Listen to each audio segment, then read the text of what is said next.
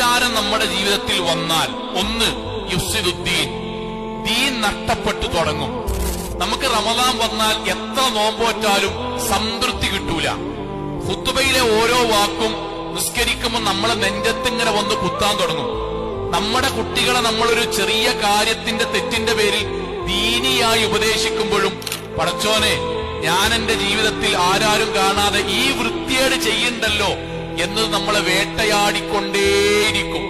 നമ്മൾ എത്ര സാധുക്കൾക്ക് കിറ്റ് വിതരണത്തിന് പൈസ കൊടുക്കുമ്പോഴും പടച്ചോൻ ഇതൊക്കെ അല്ലാഹ് സ്വീകരിക്കോ? കാരണം ആരാരും കാണാതെ പടച്ചോൻ കണ്ടുകൊണ്ട് കുടുംബത്തെ പറ്റിച്ച് മ്ലേച്ഛത തുടങ്ങിയിട്ട് കുറെ അയക്കണല്ലോ.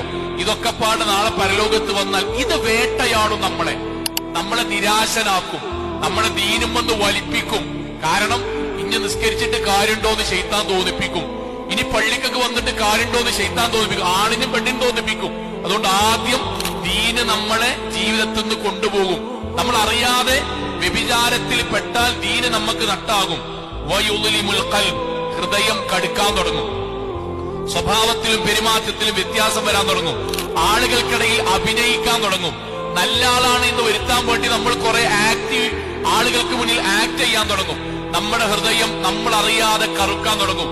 അവസാനം വയുഹരിമുൽ ബുയൂത്ത്, നമ്മുടെ വീടും കുടുംബവും തകരും.